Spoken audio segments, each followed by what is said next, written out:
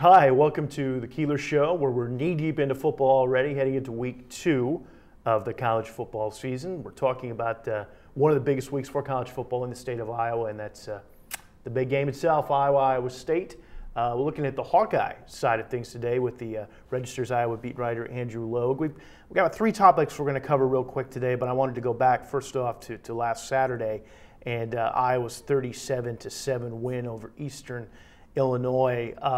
Other than watching Ricky Stanzi limp off and getting another good look at Adam Robinson, who I think everybody pretty much knows what we've got there, what stood out to you from Iowa's opener against the Panthers? Well, the obvious thing is, compared to the Arkansas States and the Northern Iowas of last season, they took care of business. It was really over in the first quarter, did what they were supposed to do, but they didn't always do that last year. And the other thing was, I thought the offensive line pretty well. Nolan McMillan stepped in for an injured Adam Geddes, did really well. I think you saw a little, I believe Buffele was in there at backup at center.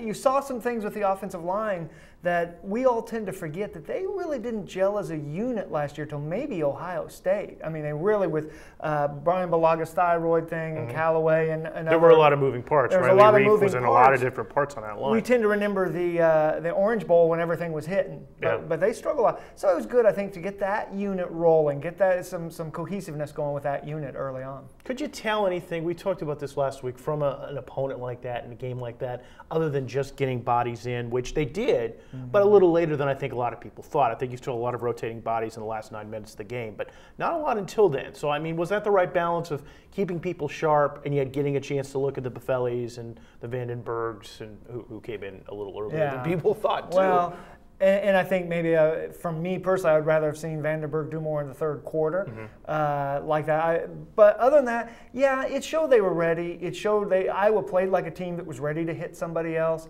But it was a vastly undermanned Eastern Illinois team, missing their leading rusher, starting a new quarterback. They've had some suspensions.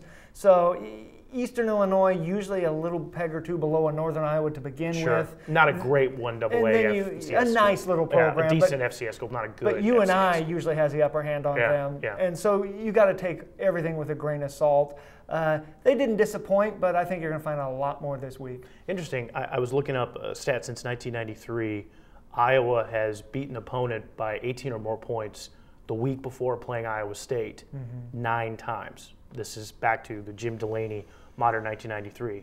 Their record against Iowa State since then, 5-4. Yeah. So it's tricky as to what you can take from, again, playing what's essentially a glorified scrimmage. But I think in Iowa's defense, not literally talking defense, but something that I think fans and coaches alike are looking forward to is the return of Jewel Hampton.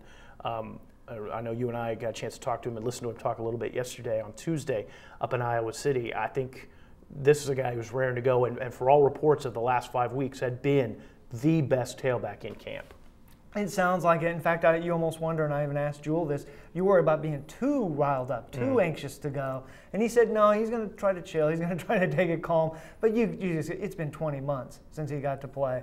So I think he gives them a dimension, he gives them a speed, he gives them a burst, and you combine him with Adam Robinson. I just think you have a great combination. Iowa State, though, you know, it's a young defense, but they showed me they'll kind of get after it a little. I don't know how to quantify it because I know Spahn from Northern Illinois was a good back. Sure. But I don't know if that's an indicator because they shut him down. They really did a nice job. Right. I don't know how that relates to an Iowa offensive line and a duo of Iowa running backs, how Iowa State will fare. But they kind of showed me they'll get after it a little bit. You're with me on this one. I think physically, Iowa State, and just hat on hat, is not as bad a matchup as a lot of Iowa fans would think. There isn't as big a gap in the physicality, especially Iowa State's offensive line and at the tackle spot have been very, very physical, and that's one of the big matchups to watch, obviously, against Adrian Claiborne on that side of the ball. But I think you and I have talked about this too, and Randy and I discussed this a little bit ago. Turnovers and special teams are probably, to me, the 2 key things in this ball game. How do you see that shaking out? I do. I agree. I just can't imagine that Iowa State's going to commit 7 turnovers again, simply for the fact that they know about it. That's all they've heard about it. In fact, with Austin Arnaud, you wonder, is there a danger of paralysis through analysis, overthinking it, and being too cautious. Because at some point he's got a nice set of receivers at Iowa State. He needs to fling the ball. But you can't count on those turnovers. Special teams just gets it because we got to watch Iowa in their own practices, and they can really load up and give some troubles. You know, we laugh because Paki O'Meara makes the block and does it, and he's maybe the least likely of that group to break through that line. Big Ten special teams player. Exactly. Paki O'Meara. But they've got a whole troop of guys that can make a play.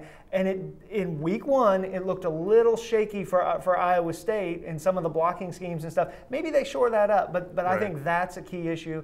And we think about that open practice, the second week in when August. They made Adrian quit practicing They hard. had to make Adrian Claiborne stop. Yeah, because they couldn't get a kickoff. He couldn't get a kick because he was charging the line. Yeah. I think that's, there could be a 7 to 10 point swing there. That if you're Courtney Messingham, and Iowa State's got a very good staff, that they're trying to figure out a way to attack this. And maybe you can and maybe you can't, but that could be the margin of difference in what a game that physically looks a lot closer than the score the odds makers think it would. I also think they're going to have to watch out for the things that struck me with Iowa State. Quick snaps on 4th and short. We saw that. Look out for that. I think Norm will be ready for that, but it's still hard to prevent. It's one thing to tell them it's going to happen, but be ready for it. Sure. The other is don't give up the 63-yard run, and also don't give up the what did Austin have, a 54-yard run that was called back by a penalty? Right. They showed some big play capability, and I think Norm wants to be Norm and let them drive inside the 20s and then make it tight. To play with Iowa and beat Iowa, and why the Northwesterns and Indianas give them trouble is you have to execute, you have to dink and dunk. It's John Walters and I were discussing this. It's jab, jab, jab. It's not a home run deal. No, if you get one, rope-a-dope. it's great. So it's very much rope-a-dope at that. And the question for Iowa State, Iowa obviously does what they do and does it as well as anyone in the country, and the Iowa State coaches know that and respect that as well. Do you think, having looked at the Cyclones, that that's going to be something can you get 15 to 20 first downs? Do you think they can get that kind of consistent execution to be patient? You have to be patient. And that's where the turnovers get. I think we all think of turnovers like pick sixes. Sometimes turnovers just waste a good drive. And you don't get 3, you fumble. Or you don't get 3, nothing. Yeah, you get nothing because you get an interception. Iowa will play that game all day. They'll like that. So you've got to cash in. And, it seems like going to the Northwestern analogy, or what Indiana would do, drive the field, and then was it James Hardy? John Hardy? Oh, James Hardy. James Hardy would lob the ball in the corner. The 6'8" guy would jump over the 5'6" corner and get a touchdown. Iowa State, I saw their receivers. They have some playmakers on that. Cedric Johnson made what was maybe one of the best 8-yard catches you'll ever see, turning over around his shoulder and doing it. So I think Iowa State has some weapons. They can't shoot themselves in the foot. It's going to be a fun game, and you can read Andrew's coverage of that every day at DesMoinesRegister.com. If you have a question you'd like us to ask Andrew on the Keeler Show, as we meet every week, you could send me a tweet to my Twitter account. That's twitter.com/Sean Keeler. Andrew, you can follow him on Twitter as well. Give me your address again, because Andrew M. Logue. Just Google Andrew M. Logue. And if you don't know where Google.com is by now, why are you here? Why are you here at this point? And we'll be talking about another big game for Iowa, Arizona next week. So enjoy the week, everybody. Take care.